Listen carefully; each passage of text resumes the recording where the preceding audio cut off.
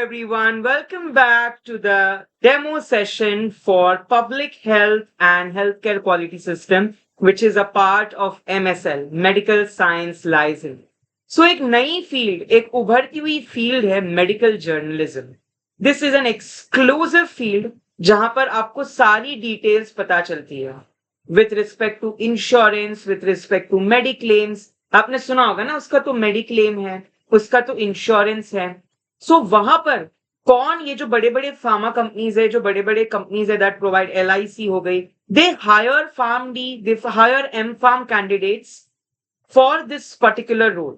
And also let me tell you, as an MSL बहुत सारी top industrial companies, pharmaceutical industry companies भी आपको hire करती है for pitching your product to cardiologists, neurologists, surgeons, top specialists and super specialists, dermatologists, like neurologists, sare, orthopedics.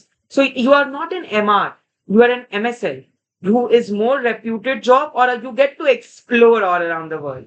All right. इसी के साथ साथ we also have two other sets of courses, pharmacovigilance, which is a desk job जहाँ पे आपको aggregate reporting, periodic safety reporting, जो individual adverse drug reaction उनको database में डालना, report करना, right? Casualty assessments, signal detection, अलग अलग डोमेन्स में जॉब्स मिलती है. Pharmacovigilance associate, drug safety associate, then आपको clinical research coordinator, clinical trial assistant, clinical research, clinical data management, वहां रोल मिलता है, राइट? यहाँ जहाँ पे आपको virtual medical assistant, virtual medical writer, जहाँ पे आपको रेगुलेटरी राइटिंग, मेडिकल राइटिंग में भी जॉब्स मिल सकती है.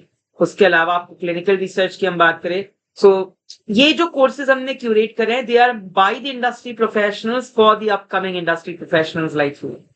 सो आज की इस क्लास में हम MSL के बारे में, public health and quality system को डिस्कस करेंगे. तो सबसे पहले जब मैं बात करता हूँ health care insurance and payment models की, तो यहाँ पर बहुत इंपॉर्टेंट है कि आपको ये पता हो कि health care payment models define करते हैं कि प्रोवाइडर्स रीइंबर्स कैसे कर रहे हैं अपनी सर्विसेज को. यानी माइनर एक्सीडेंट्स है, मेजर एक्सीडेंट्स है, किस कंडीशंस में आपको कितना पैसा डिसबर्स करना या रीइंबर्स करेंगे, करेक्ट? तो कॉस्ट एफिशिएंसी, यहाँ पे अलग अलग एक टर्म्स है, special HEOR, health economics outcome research, जो कि फार्माको इकोनॉमिक्स को कि भैया cost utility analysis, cost effective analysis, cost benefit analysis, ये सारे ऐसे एनालिसिस है that help you to know the utility, minimise the cost of medication and improvise the effectiveness. So आपके पास यहाँ पे दो टर्म्स है, बंडल पेमेंट. बंडल पेमेंट यानी कि एक फिक्स्ड पेमेंट जो एक कंप्लीट हेल्थ केयर एपिसोड को डिफाइन करता है, कवरिंग ऑल फैसिलिटीज. मतलब बंदे को अगर कोई हॉस्पिटल में एडमिट है, वेंटिलेटर में है, ICU में, ICCU में है, सो पूरा लॉस्ट जो उसको हुआ है actual will be incurred. So coordinated care कहते हैं इसको. दूसरा है कैपिटेशन. सो कैपिटेशन आपका एक physician is paid a fixed amount per patient per time regardless of the health care use.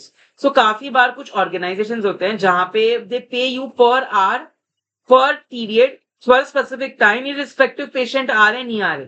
Okay, so even as a medical science licence you are paid to talk to and go to different conferences, attend those.